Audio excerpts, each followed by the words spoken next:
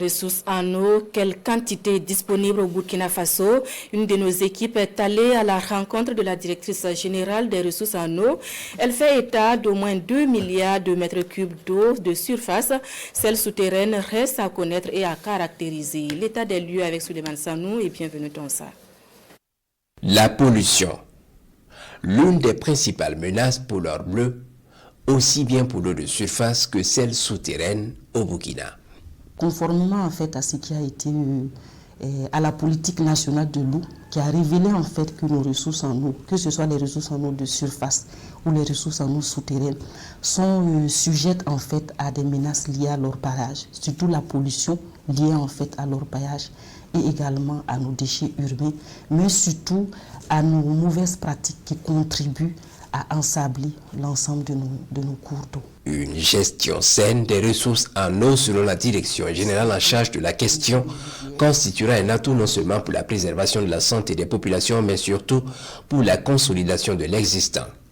À elle seule, la quantité d'eau de surface disponible est estimée à au moins 2 milliards de mètres cubes. Les ressources en eau de surface, il faut dire qu'elles sont localisées au niveau en fait des 4 bassins hydrographiques que comprend notre pays, à savoir en fait le bassin hydrographique du Moun, le bassin hydrographique du Nakambé, le bassin hydrographique du Niger et le bassin hydrographique de la Komoé.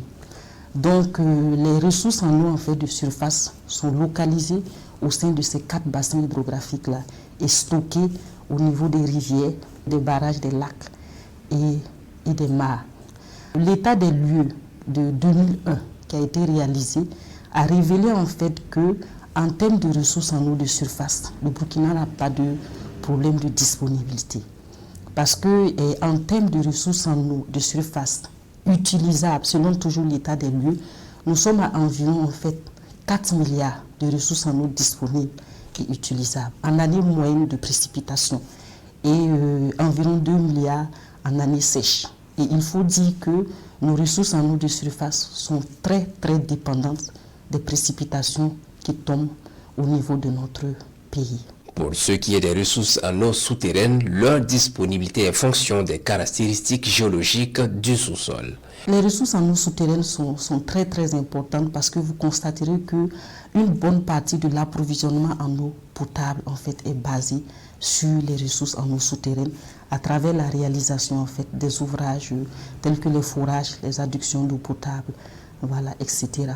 Donc c'est une ressource vraiment très importante pour le pays parce qu'elle contribue. Elle est non seulement utilisée pour l'eau potable, mais de plus en plus utilisée en fait pour d'autres usages tels que l'agriculture. Au Burkina, la difficulté que nous avons, c'est que les ressources en eau souterraine ne sont pas très bien connues et caractérisées. Et en vue de l'amélioration de la connaissance de la ressource en eau, plusieurs initiatives sont en cours selon Nadège Flora Dubari-Bationo.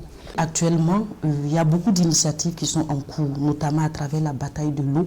Vous verrez que tout récemment, le 11 février, le ministre a lancé la question des forages profonds à travers le programme d'approvisionnement en eau qui en fait veut améliorer la connaissance des ressources en eau, notamment en fait dans la zone du sédimentaire.